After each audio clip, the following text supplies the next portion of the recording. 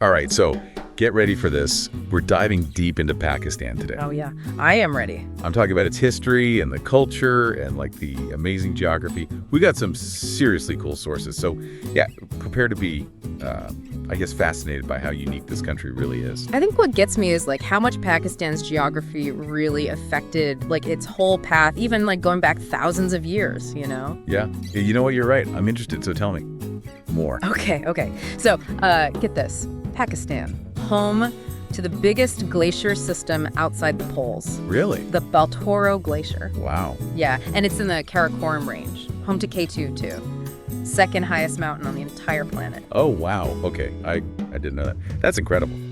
I mean, that's a pretty serious. Those are some pretty serious natural wonders. But how do they connect to Pakistan's like bigger picture? Well, you know, they're not just pretty to look at. These huge mountains and glaciers have shaped like everything from trade routes and cultural exchanges to, you know, even military stuff over centuries. So, yeah, they've been like these barriers, but also bridges, you know? Yeah, totally. It all makes sense. And speaking of history, I mean, Pakistan. That's where one of the world's oldest civilizations started. Yeah. We're talking Indus Valley Civilization.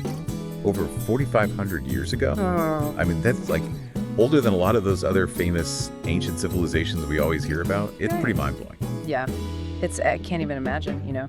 Cities like Mohenjo-Daro and Harappa, they were so advanced back then with like their planning, their infrastructure, you know, thriving thousands of years ago. I mean, what was their society like? I mean, I've always been fascinated by this. What can you tell me about them? So, okay, these guys were super organized, like their cities. Amazingly planned. They had like these intricate drainage systems, standardized weights and measures. Wow. Yeah, and they were amazing artists too. They made beautiful pottery, jewelry, you know, seals. So it's like they were ahead of their time in a lot of ways. Oh yeah, for sure. It sounds like it. So what happened to them? You know, that is the million-dollar question, isn't it? It's still kind of a mystery. Some people think maybe climate change, maybe migrations. Archaeologists are, you know, still figuring it out. But one thing's for sure, their legacy. Yeah. It's woven right into the fabric of modern-day Pakistan. You know what I mean? It's incredible to think about, you know, that continuity across like thousands of years. Yeah. And speaking of, you know, legacies, like the Badshahi Mosque in Lahore. I mean, that is a prime example of Mughal architecture. Oh, absolutely. And it's not just the size, though. I mean, it is one of the largest mosques in the world. But it's, you know, the details, the calligraphy, how it, like, mixes Islamic and those regional styles. That's what makes it so incredible. It sounds absolutely breathtaking. Oh. You know, and there's another place, I think, that speaks to Pakistan's history. Taxila, right? Oh, yeah, Taxila. Yeah. That place was a huge center of learning for, like, centuries. Think about it. Scholars came from as far as Greece and Persia. It flourished under, like, tons of different empires. And it became, like, this melting pot of cultures and knowledge. So much history there. Yeah. So what we're seeing is this pattern, right? Pakistan being this crossroads for civilizations throughout history. I mean, it's so fascinating. It really is. And that mix, that cultural blend, I'm guessing it's still there today. Oh, absolutely. And one of the most delicious ways to see it is, you guessed it, the food. Oh, Pakistani food. I've heard so much about it. What are some things I have to try? Okay, so first off, you can't go wrong with biryani. Yeah. This fragrant rice dish cooked with meat and spices. Sounds good. Then there's nahari, a slow-cooked stew. It's perfect if you're, like, really hungry. And for, like, a quick bite, try chapli kebabs. They're like these little minced meat patties. And they are so good, you can't stop eating them. You're really making me hungry. Okay. Yeah. I also heard the Pakistanis, they're serious about their tea. Like, as serious as, say, the British. Oh, yeah, for sure. Tea, it's like the heart of their culture. Whether it's just, you know, a casual cup of chai. Yeah. Or like a full-on ceremony. Sharing tea. It's just like a way of life in Pakistan. And, you know, this love for like rituals, traditions, it's everywhere. Like take cricket, for example. I mean, it's basically a religion in Pakistan. Oh, yeah, I've heard all about the cricket craze. It's something else. It really is. People are so passionate about it. Like winning the 1992 World Cup, huge deal. Yes. Huge national pride. And you'll see people like playing cricket everywhere. Parks, streets. And the vibe during the matches, it's electric. Yeah. It sounds amazing. It sounds like something that everybody needs to experience at least once. Yeah. Right. Okay. So now, changing gears a bit.